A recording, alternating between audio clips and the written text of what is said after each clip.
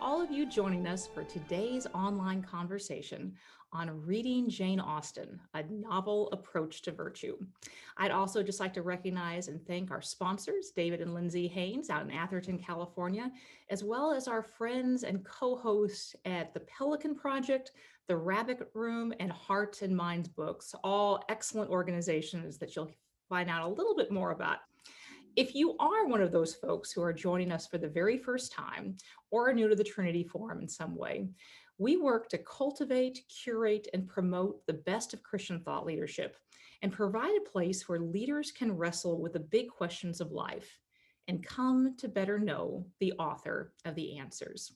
We hope today's conversation will provide a small taste of that for you. So today we have the fun of discussing one of history's best loved authors' best loved works. And we'll explore what could be called a novel approach to virtue that is gained by reading Jane Austen. Many of us first became acquainted with Jane Austen through the various film adaptations of Pride and Prejudice or Sense and Sensibility, and they make for great TV. I know that I spent many hours in my 20s rewatching again and again the BBC version of Pride and Prejudice with girlfriends. But as delightful and entertaining as Austen's novels are, our guest today argues that they are works of not only literary brilliance, but also moral challenge and deep spiritual seriousness, and that Austen herself, through her works, serves as an instructor in virtue ethics, using satire to disarm our defenses against the revelation of our own foibles and flaws, and illustrating the virtues of humility and prudence and the balance of passion and reason. It is both a fascinating argument and an intriguing invitation to consider anew Jane Austen and her novels. And it's hard to imagine a better guide to such an exploration, or one who approaches the subject with more expertise, enthusiasm, or elan than our guest today, Dr. Karen Swallow Prior. Karen is a research professor of English and Christianity and Culture at Southeastern Baptist Theological Seminary, as well as a frequent writer on literature, culture, ethics, and ideas for publications like The Atlantic, The Washington Post, Vox, First Things, and Christianity Today, among many other outlets. She's the author of several works, including Booked, Literature and the Soul of Me, Fierce Convictions, The Extraordinary Life of Hannah More, her wonderful book on reading well, finding the good life through the good books, as well as the introduction author of our latest Trinity Forum reading featuring selections from Pride and Prejudice, and the creator of a forthcoming podcast series entitled Jane and Jesus, which examines the Christian themes of Austen's writing. Karen, welcome. Thank you, Sherry. It's so wonderful to be with you again after a year of hibernation. One of our first guests on this series, so it's great to have you back. So let's just start with the most obvious question, which is, while Jane Austen's works are much loved and much enjoyed, there are still those who seem to consider them the works of fluffy period pieces, bits of chick lit, or the like. And I'll quote something that you've said here, which you said, "Nothing could be further from the truth. Jane Austen was a clever satirist, an insightful moral philosopher, and a deeply Christian thinker." So why do you consider Jane Austen to be a moral philosopher? Well, first, I want to say I'm not alone in that understanding. No less than Alistair MacIntyre, one of the foremost moral philosophers living today, actually calls Austen one of the last in the great tradition in the modern age of moral philosophers. He's right. And the reason that she is one of those is, well, first of all, she does write satire, which I know we'll talk about later, but satire is a moral correction. It kind of holds up our own vices and follies and gently or not so gently mocks them so that we might see them and correct them.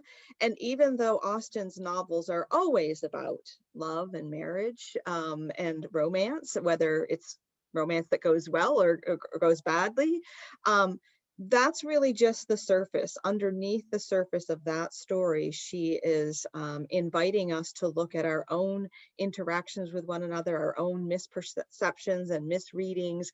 And I think that's really why her works remain so endearing to us today, because she reveals the truths of our human condition that never change and that we're always wrestling with. So, what would her moral philosophy consist of? I mean, it's always difficult to sum up a moral philosophy, but if you Right. had to give it a shot, how would you do Right, so? right. So Austen writes in the tradition of virtue ethics. And so virtue, classically understood, is a moderation between an excess and a deficiency. And so, so for example, just the virtue that we call courage would be, we to have too little of that quality would be cowardice, but to have too much of it would be rashness. And we often forget that true virtue really does require having sort of that balance, that middle way, that moderation between two extremes. And almost every character, every situation, every even the titles themselves that Austen uses, especially Sense and Sensibility, display her attempt to show how easy it is for us to err on the side of either excess or deficiency, to have too much pride or too little, too much sensibility or too little. And so she's writing in a long tradition that goes back to the classical ages, reemerged in the 18th century, and really follows in that tradition much more than the romantic writers that she was contemporary with. Yeah. One of the interesting things about Austen is that in her stories, she so consistently depicts the act of reading itself as being necessary to character formation and also a clue to the characters of her characters. I mean, I'm thinking of, Sir Walter Elliot in Persuasion, who reads nothing except his own aristocratic genealogy, or the reckless, clueless Lydia, who reads nothing at all. And in contrast, we have Elizabeth Bennet, who is actually chided for reading. But this is, sort of an indication, of the depth and complexity of her character. Why did Austen consider reading essential to character formation? Yeah, this is another aspect of Austen that I find so brilliant, because when we're reading her novels and we encounter in the story uh, characters who are reading, it makes sense. There was no television then, there wasn't Twitter, there wasn't there wasn't Facebook, so it's very realistic for her characters to be engaged in reading as a form of entertainment or instruction. She's writing in the age when literacy and books were widespread, and so there's an element of realism there. But again, this is a quality that really does transcend and translate to our time, because reading in Austen is much more than just literal reading. It's actually perceptiveness, or it's reading well or reading poorly. For example, Mary in Pride and Prejudice reads a lot of books. She's very bookish, but she goes to an extreme that Elizabeth doesn't, because Mary actually can't. She can find a lot of knowledge in the books and learn a lot, but she doesn't know how to apply it to her real life. And so while Elizabeth reads, she doesn't mistake reading for real life. She doesn't escape into it in a way that causes her to disengage from real life. So she's a virtuous reader, even though she is she needs to grow and develop as a reader, because she so easily misreads the characters around her, from first Mr. Wickham and then Mr. Darcy, whom she misreads. And so even though we might not all be as bookish characters or people as we have in Austen's world, because we have so many other things that you know we can spend our time on, and competing for our time, we still need to be concerned with the same kind of reading that Austen is. I mean, because we read, there's a literal reading, but also metaphorical reading. How are we reading the people around us? How are we reading situations and relationships and character, and even reading our own character? Because we know that one of the most famous lines in Pride and Prejudice is that moment when Elizabeth says she hardly knew herself, which is that's her expression of her not really being able to read her own character well until that moment of revelation. Now, that is a great point, and that you kind of leads naturally to the obvious question: how does one read well, or how did Jane Austen believe one read well? Well, her biography is so interesting because she grew up in a large family, the daughter of an Anglican clergyman that was a devout family, and Austen herself was devout. We have a record of that, not in her letters and her family's correspondence, and of course, it permeates the pages of her books as well. But her father had a good library, and the family would gather in the evenings and tell stories, read from the books. Austen grew up reading some of the great writers of the 18th century and earlier: Shakespeare, Samuel Richardson, Samuel Johnson. All of these influences are strong in her work, and so she grew up a reader in a reading family. But again, it's that perceptiveness, that kind of metaphorical reading of people, that marks her skill. There's a famous phrase she wrote in one of her letters about how she just simply, it's like her novels are like miniatures carved into a tiny piece of ivory, because her world is very small, and she just focuses on kind of a narrow scope of community and family and in the country. And yet she goes so deeply and so richly into that narrow world, that it reveals much to us about our own world today. That's the kind of reading that, if we read books well, that actually can help us. It's not automatic. It has to be intentional to be perceptive in the way we read people around us and situations around us. We have to pay attention.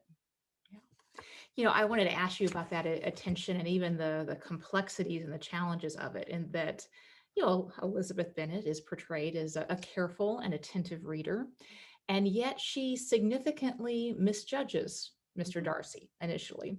And her perspective is compelling enough that it's very easy for the reader to be suckered into a Mhm. misperception as well. And so, throughout the book, it's often the reader as well as the character who have kind of a change in perspective.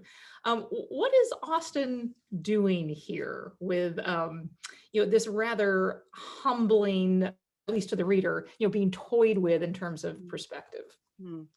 Well, this is part of what Austen is satirizing. Is gentle satire. She's satirizing our own propensity that most of us have. I certainly do, to put a little bit too much confidence in our own perceptiveness, our own analysis and interpretation of the people and situations around us. And she does this through her narrative technique, which this is getting a little bit nerdy here, so I hope Oh, nerd out. okay. So she uses a technique referred to as free and direct discourse, which isn't the same thing.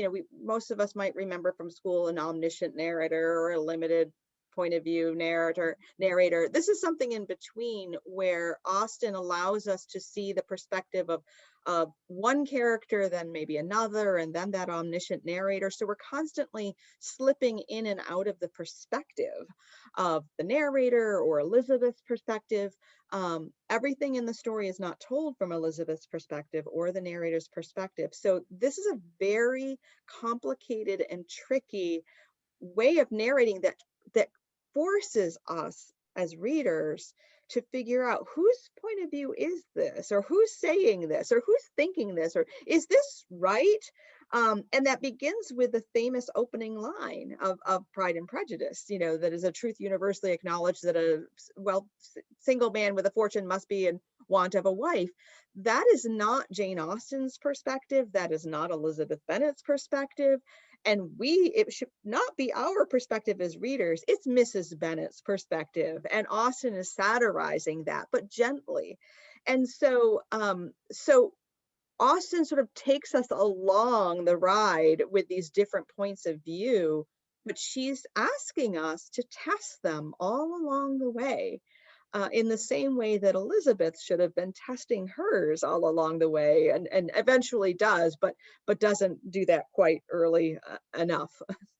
That's fascinating. I mean, in many ways, it seems like Austen, through her novels, asks us, the readers, to test not only our perspectives, but in many ways, our reading material in the first place. In that, again, one notices in her characters, she makes judgments, it seems, about what they choose to read. I mean, you think about, again, Mary and her turgid, sermons and philosophy, or Mr. Collins and his fondness for Fordyce's sermons, or even I think it was poor Captain Bendick, who was sort of overdosing on romantic poetry when and I believe Anne Elliot in Persuasion recommended prose, where it Yes. almost is like Jane Austen considers reading almost as moral medicine, and I wanted just to get Mm. your thoughts on that.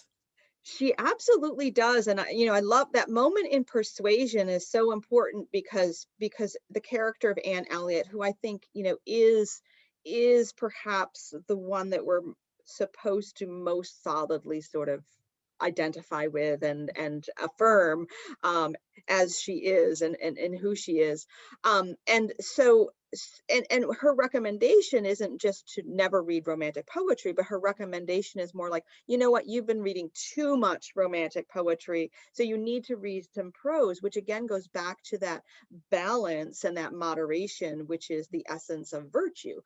It's not that one thing is necessarily bad, but it needs to be balanced. And we know one of her earlier works, which is just hilarious, Northanger Abbey, is that has that famous line that anyone, I'm just paraphrasing, but someone who doesn't enjoy a novel must be an idiot, or something along those lines, because novels themselves were actually disdained and even considered suspect in Austen's time.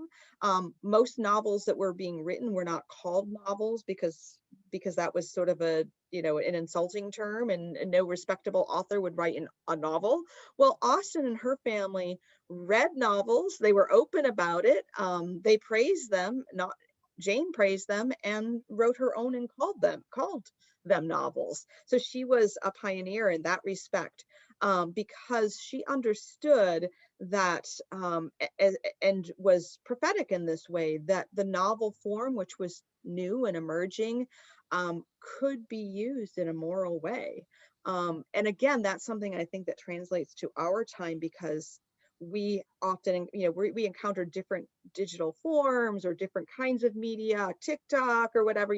I'm probably like Jane's contemporaries, looking down on TikTok and thinking how corrupt it is. But there are people out there who are finding a moral use for it. Maybe, I don't know.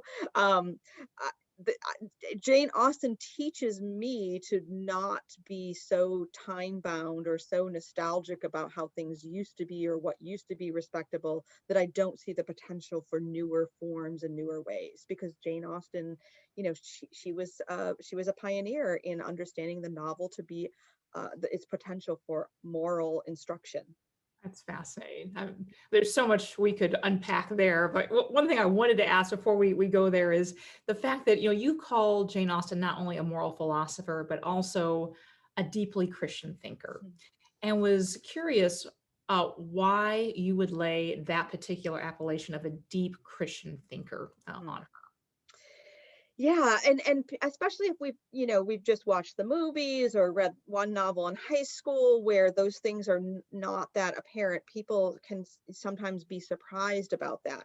Austen's novels are not, they're not explicitly Christian. They don't have altar calls. They don't, invoke the name of Jesus explicitly the way even some of her contemporaries might have. Austen was a member of the Church of England, and she lived during the time when evangelicalism was on the rise, which, as many of us might know, was a more sort of vocal and in your face kind of approach to Christianity. I'm an evangelical, so I can say that. And Austen was, she has in her letters, like, she really didn't like the evangelicals at first. She thought they were a little bit too much, although later she did say that after studying them a little bit more and knowing them, that maybe we should all be evangelical. But she was that more moderate Anglican. And so her novels don't throw the gospel in your face, but it's they underlie her worldview and her assumptions. She's questioning some things that need to be questioned about the nature and the character of marriage, which of course is a very important Christian institution, but she's not trying to revolutionize it or overturn it. She's actually trying to make it more Christian by basing it on things like compatibility and companionship and amiability, not just wealth or money, and not just, practical reasons. And so if once we know that her Christian faith was genuine and true, and we do because of her letters and her prayers that she wrote, then we can read her novels looking for, just understanding that that's the assumption, even if it's not something that she makes explicit. At one point, you described her novels as less of an altar call than a liturgy of ordinary life. In Mm. what ways are they a liturgy of ordinary life? Because she focuses on everyday life of everyday people. Now, I think sometimes there's something lost in translation, and especially with the films. So we today might romanticize kind of the characters and in her novels or in the films because they're so distant from us. But the people she was writing about, they were upper middle class primarily. Now, Mr. Darcy was very wealthy, we know that, and Elizabeth was marrying up by marrying him. But we also know that this was a family for whom economic realities were serious, a great concern, and constantly pressing, just as they were in Austen's family, as a family led by a minister who didn't have a lot of money. And so this is an ordinary life for sort of average, everyday people who have concerns, and Austen's world revolves around, gossip and how much we listen to gossip or pass gossip along, or our new neighbor, or whether it's scandalous to walk 2 miles and get your dress dirty. Um, these are the things that fill most of our everyday lives, in our modern translation. Um, they are just the details of everyday life that affect most of us, in the world today. Again, even though the details might be different, her world revolves around the everyday, ordinary lives of people who are a lot like you and I. Mhm. A little earlier, you were talking about Austen's kind of approach to the novel, the fact that she was an early adopter of it, also a developer of it, and the fact that in some ways a novel would have been uh, an unusual choice for moral instruction, since it was sort of associated with the lowbrow and the body. And in some Hmm. ways, she does this as well with her use of irony, and that we Hmm. often don't associate irony with moral instruction. We Hmm. associate earnestness with it. And Yes. she is wielding irony, with a point as a woman in a Mhm. novel considered lowbrow to essentially develop points on virtue ethics. What's she doing here? Wow, I love this question. So yes, the novel was developing for a century or two before as largely sort of a lowbrow form of body entertainment, and definitely questionable in moral character. But there was another strain of novels and other literature that was morally instructive, and maybe a little bit too earnest and a little bit too overbearing in its morality. And so Austen's brilliance was to kind of synthesize those two streams, and to take the sort of satirical bent that goes back a long time, and then take that more popular, entertaining form of the novel and combine them. And the role that irony plays in that is that you actually can't have irony without having a sort of standard or expectation. Because irony, like all comedy, is a deviation from what is expected or the standard or the rule. And so, even if we think of a simple example of verbal irony, when someone says, um, there's hail and thunder and a tornado out the window, and someone says, "Oh, that's what a lovely day." we understand that simple level of irony because we understand that it's the opposite. That's the meaning is the opposite of the words. But we wouldn't understand that if we didn't have a sense of what the words mean and what's actually going on outside the window. And so all irony depends on sort of this expectation or this rule or this standard that we know to be to exist, and then to understand that there's a deviation from that and that there's a distance between that. And so irony, like comedy, actually can only thrive in communities or cultures where we have some agreed upon rules and standards that can be deviated from. And I think that's why in our culture today, most of our comedy tends to be very niche. It appeals, right, to certain, to a small community who gets what's happening because they have a shared sense of expectations and rules. And then another community doesn't share that. And so for them, comedy is going to consist of something different. So comedy doesn't thrive across our culture today because we don't have many shared sort of rules and standards, but it does thrive in sub communities. I mean, just ask anyone who's tried to explain why The Office is funny to someone who doesn't get it. Oh, great point. So we were talking a little bit earlier about reading as character formation, and the importance of reading well, of attentive reading, and by any measure, you have been one of the country's most attentive readers of Jane Austen, and have immersed, much of your professional life in, her novels and as well as other English literature. How has reading Jane Austen attentively and well changed you? Wow, that's such a. I want to say I'm probably not the most attentive reader of Jane Austen, but I'm the most vocal one, perhaps. Um, you know, the funny thing is that the first time that I read Pride and Prejudice in high school, and I always loved English. I read, I've loved books since I could read when I was 5 years old, and I loved all the books that we studied in English except for Pride and Prejudice. I did not like Pride and Prejudice. I thought it was boring. But that's because I didn't get the satire. I didn't get the irony. I just read it on a surface level and thought it was a boring story about boring people doing boring things. Um, but Great. all, all of the drama is in that narrative voice and in that subtle humor, sort of gently mocking the errors in, judgment and perceptions of everyone, and even including Elizabeth. And so I didn't come to understand and then love Pride and Prejudice until college, then grad school, and then teaching. So that's one example. But just my lifetime of reading, um, it was actually one of my dearest and oldest friends who said this to me years ago, and who she's not a big reader. She's a professor, but in a different discipline.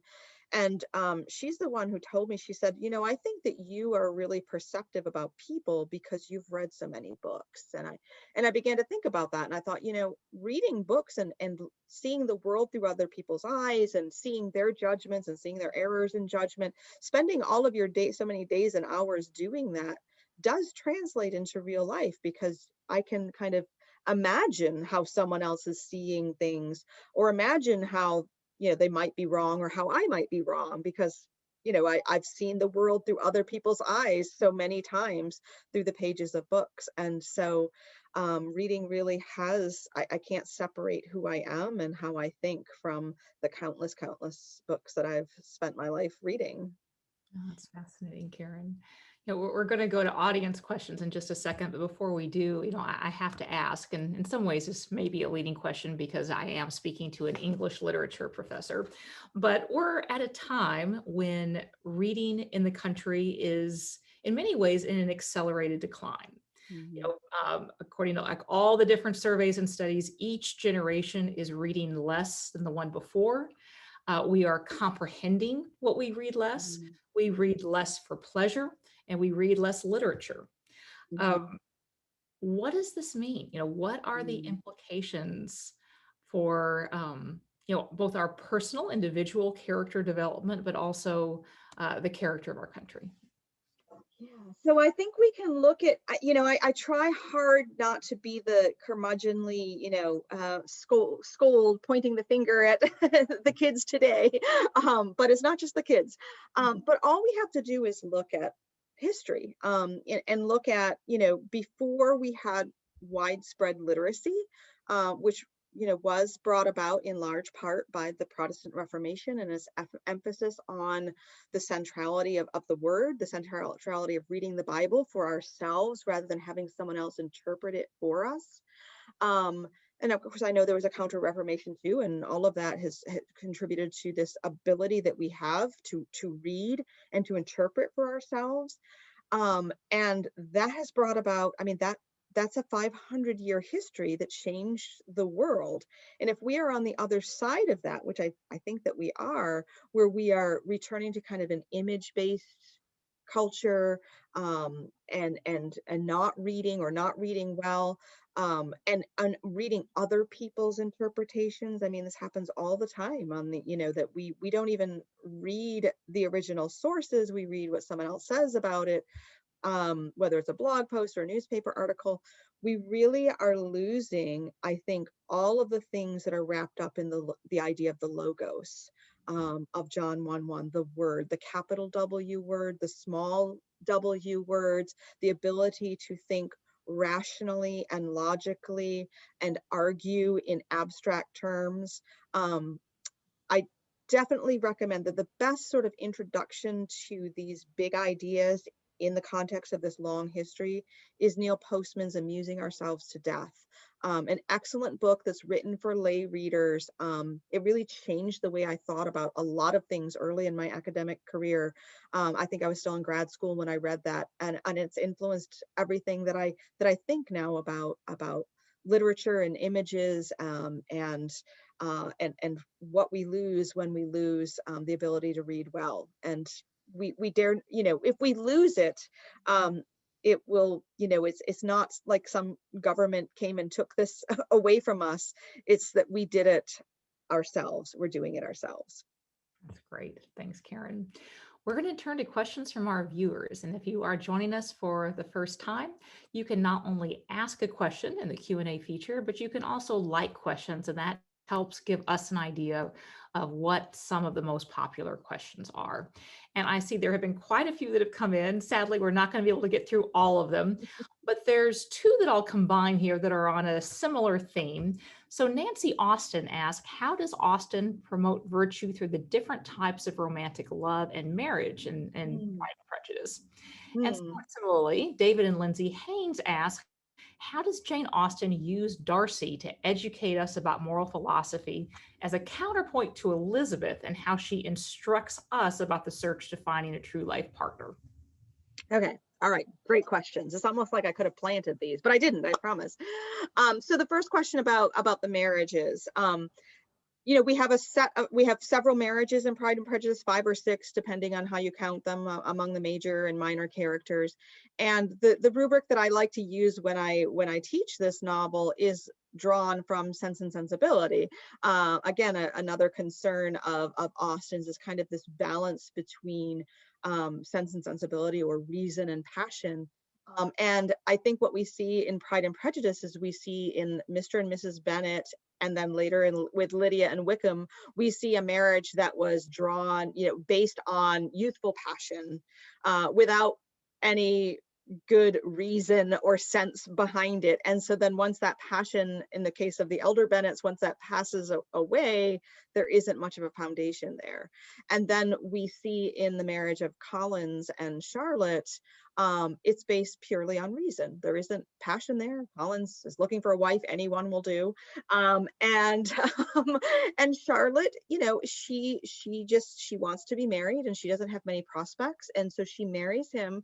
And I love this part of the novel. Elizabeth is disappointed in her friend Charlotte for marrying Collins.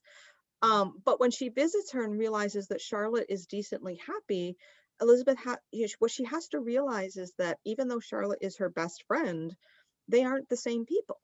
And what is a good choice for Charlotte doesn't mean that would have been a good choice for Elizabeth. We are different people, and that's another area in which Elizabeth has to grow.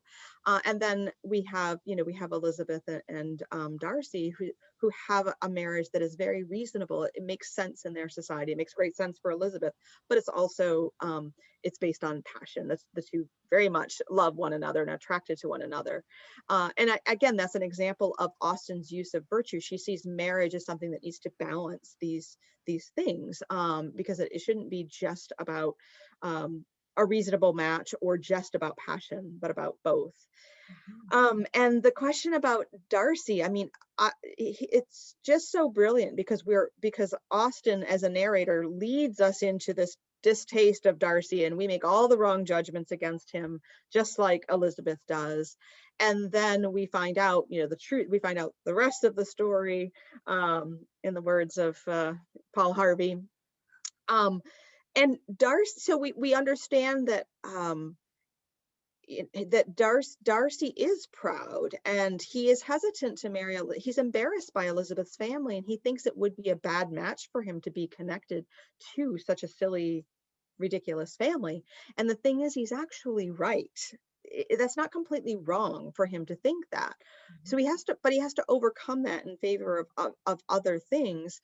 And so we have to sort of, I think what happens to us as readers is we come to understand Darcy's, his mistaken point of view, but also how that was a right concern for him to have, because you really do marry into a family. And any of you out there who don't know that already, let this be sort of a free lesson that goes along with the lecture today. You do marry a family. So if you're, out there and you're thinking of marrying someone, do remember that you marry the family as well. Darcy was right about that. And so I think we have to sort of learn to, in reading it, to see Darcy's point of view and where his concerns were legitimate as well. But he grows too, and he grows to realize that he doesn't have to identify himself completely with this family that, one shouldn't probably. That's great. So we have an interesting question from Lacey Barnett. And Lacey says, being the daughter of a clergyman, Austen has a clergyman in all but one of her books. Her portrayals of the clergy are often not flattering. What does this say about her view of the church and about her faith? Yeah, I hear that a lot. And actually, I think because Collins gets so much attention, and he's certainly a satirical portrayal of a clergyman. But we have, in Sense and Sensibility, we have Edward Ferrars, who genuinely wants to be a clergyman, and he's being prevented from being one by his mother, and eventually is able to be one. And we have I think Mr. Knightley, there's another one. So there are actually some positive portrayals of clergymen in the novels. It's just the comical ones get all of the attention. So I think what we can say from that, even with the comical ones, is Austen is doing, through the clergymen that she depicts satirically, what she's doing with all satire. She is upholding a norm and saying this is how it should not be, and that implies how it should be. So she is rightly judging those clergymen who are in it for the money, or in it because they couldn't find any other work to do, who are corrupt or lazy. Austen satirizes those kinds of clergymen because she believes in the institution of the church, and her father was a good clergyman, and so we know that she had a model to look up to, and that we know that she knows what it looks like when it's not done well. That's great. So I want to again combine a couple of sort of thematically related questions. Ulia Rich asked, do you think the contemporary habit of reading aloud had a profound effect on Austen's style? And somewhat relatedly, Melody Richardson asked, Karen, how do you feel about audiobooks as opposed to physically holding and reading a book? Also, I see a culture of listening on faster speeds to get through more books. What are your thoughts about this for us as readers? Yeah, so I will again refer to Neil Postman, and his description of what he talks about in terms of print culture. And so I think, so there is, before print culture and widespread literacy existed, there was an oral culture. We know that. And we know great works of literature like the Iliad and the Odyssey come from an oral culture.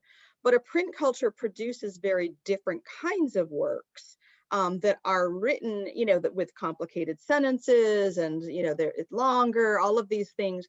And so even if we're reading those out loud or hearing them read on Audible, we're still immersing ourselves in the kind of language that reflects literacy and a print culture.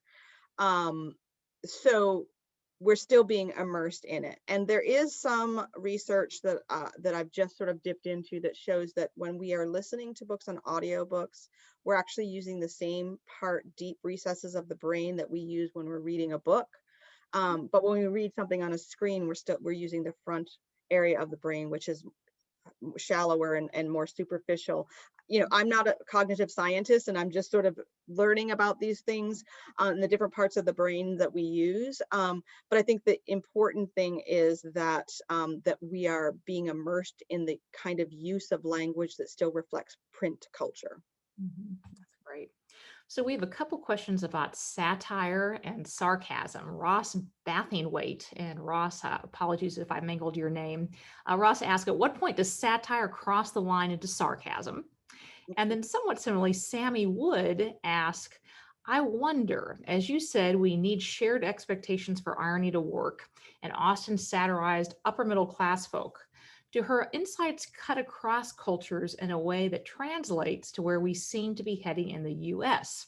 And he adds, I ask this as a priest considering whether to double down on Austen in this cultural moment. Okay, so satire and sarcasm. So satire is correctly understood, and it's not always correctly understood out there in the world, but satire is mocking vice or folly for the purpose of correction. So it always has a moral purpose. For it to be satire, it actually has to be trying to correct something that should be corrected.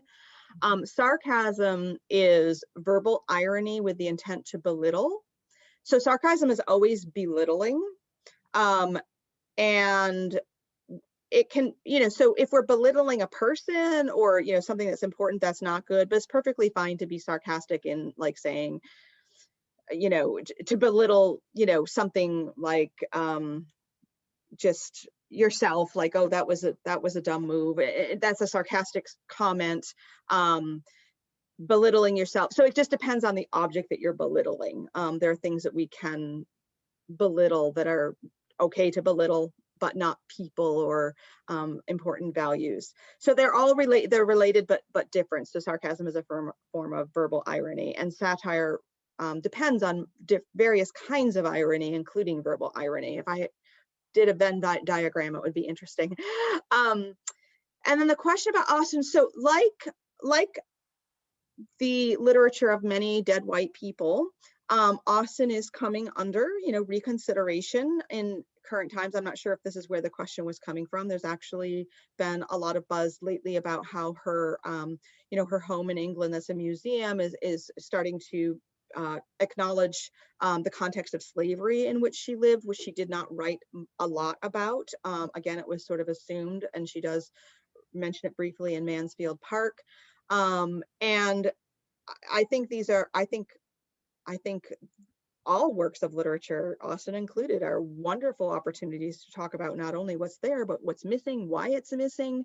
And so I would never want to see any of these great writers canceled or not included in a curriculum, but I certainly would want to see the kinds of questions that we now know to ask. And maybe, we had moral blind spots in previous ages and we didn't address these things. I think they're wonderful opportunities to talk about, how did this world operate, and, who's not included in these novels, who's not included in this world, and why. All great literature touches on all of these questions. We just haven't always thought to ask them or wanted to ask them. And I think that they still provide an opportunity to open the door to those questions. And I'm not sure if I am getting at the heart of what this question was, but and if not, ask again or. We have a bunch of questions coming in asking for your recommendations on different books. So I'm sure I'll be missing some of these, but I'll just ask a few. Dave Sexton asked, are there contemporary novelists who fill a similar role to Austen?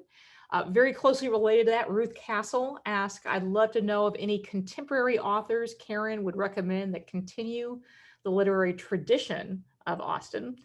Emma Schramm asked, are there any good resources or books you would recommend to learn more about Jane's faith and spiritual life? And Emma Jones asked if there's a particular Jane Austen biography that you would recommend. So lots of different reading recommendation solicitations there. Okay, yeah. So I'll might not remember them all. I will. I'm gonna in my closing note, I'm going to read from this book, but this is Praying with Jane. It's a great book by Rachel Dodge about the 3 extant prayers that Jane wrote, and this is sort of a devotional to go along with them. And so that's a great sort of way to introduce yourself to Jane's Christianity. The biography that I'm most familiar with of Austen is the one by Claire Tomalin. It's kind of an old classic. And then there are lots and lots of books that that kind of analyze her Christian worldview. There's one by yeah, his name is escaping me now, but he's with the Theophilus Institute. He's with the Theophilus Institute, and so he's written an interesting book on her Christian worldview. And in terms of works today, what I read to the works that I read today by modern writers, and that's not, I'm not, this isn't my area of expertise. I have to kind of look and make judgments and guess like the rest of you. My specialty is 18th and 19th century, but I recommend the people who are still writing satire, like social satire, and also writing in a way, and these are seldom disconnected for me, writing in a way where they are capturing the voice or perspective of people different from them. And so this might seem like a stretch for some of you, and these are works that a lot of people would probably find too dark to enjoy. But I like dark literature, but so George Saunders would be one. And I just read a satire on a cannibalistic society in the future called Tender is the Flesh. It's one of the most shocking and amazing books I've read recently. And it's satire, so you have to understand it's making a point. And a children's Bible, which is a sort of a satirical, allegorical portrayal of young people like those today who are raised by parents who aren't really concerned about the young people, just kind of lost in their own social lives. And it's written in the voice of one of the teenagers. So those are just the few things I've read recently. I don't think that my taste in literature is what most people have. So I make those recommendations with great reservations, but they are what they are. Oh, one more kind of pairing of questions. Harvey Solganic asked, in this time of questions on gender identity, many men view Jane Austen's works as chick flicks. How would you encourage males to read Austen from their perspective? And then Michelle Crouch, responding to that and asking a question of her own, says, along the same lines, how do you understand Jane Austen to provide an engaging understanding of the besetting sins peculiar to men and women in a way that still resonates with our cultural situation? So those are good questions. So I hesitate to say this, but I can't help myself. I think in a lot of ways the movies have ruined Jane Austen. Many people's exposure to Jane Austen is just through the films, and I say this, so many men have been put off of Jane Austen because the films, except for the Sense and Sensibility one, that is actually an excellent adaptation. The others are fine. Some of the others are fine, but the new Emma is really good.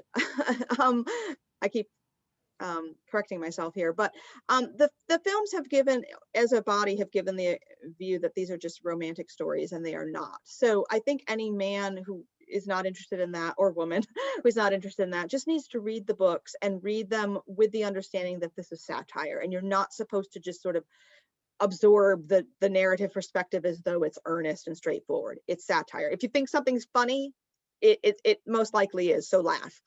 Um, and in terms of the besetting sins of men and women, I think that's again one of the great gifts that Austen can offer us, because those relationships between the sexes in her world are subtle enough that I think they translate well to our time today, because there are some things and some dynamics that really in many ways haven't changed. And so her portrayals are not, always, some of the characters are, but the main characters are not ever over the top. Especially Persuasion is a novel where Anne Elliot, a more mature woman who's single and does desire to get married, but has, kind of settled on the fact that she probably won't. She is, like independent and mature. She gives advice to the men in her lives. The men can be just as needy as the women.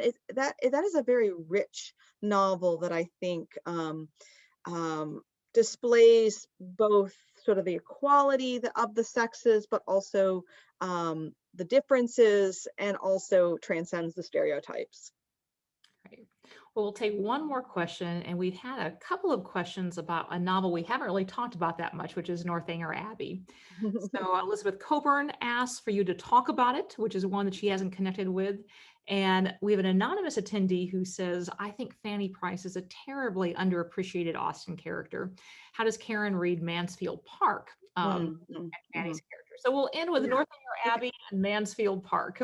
Okay, so so Northanger Abbey is one of Austen's most youthful works. So if you read her Juvenilia, she writes satire that's just really over the top, really silly, really funny, and you can see what she's making fun of from her world. She's making fun of these like crazy romantic stories of, that are just over the top. And so Northanger Abbey is satirizing romances and Gothic novels. And so if you read it understanding, it's actually her least subtle satire. So she's really making fun of the genre. Yet she does it so her art is so developed that you actually do. I mean, it actually is a good story with good characterization and good character development. But you still have to understand she's satirizing romanticism and Gothicism. Mansfield Park is I would put that in the category of one of her most mature works, along I would say Persuasion and Mansfield Park, and the least satirical, in the sense that whatever satire there is very subtle, and the characters, we are to identify more with the characters. Mansfield Park has also been called Austen's most evangelical novel, and I mentioned earlier how she sort of had this, friction against evangelicalism, but eventually became won over, at least in some regard. And so, yes, I agree. There's a lot going on in Mansfield Park that is more, we see much more social criticism in that novel than just sort of the criticism of men and women and their relationships. Lastly, as promised, Karen, the last word is yours. So I wanted to read, someone just asked me to show this again, Praying with Jane. It's a devotional based on Jane's prayers by Rachel Dodge. And I was going to read from a couple of lines from one of Jane Austen's prayers that she wrote. This is from the middle of the prayer. Give us grace to endeavor after a truly Christian spirit, to seek to attain that temper of forbearance and patience, of which our blessed Savior has set us the highest example, and which, while it prepares us for the spiritual happiness of the life to come, will secure to us the best enjoyment of what this world can give. Incline us, O God, to think humbly of ourselves, to be severe only in the examination of our own conduct, to consider our fellow creatures with kindness, and to judge of all they say and do with that charity which we would desire from men ourselves. That's great. Karen, thank you so much. It's been great to talk with you. It's been wonderful.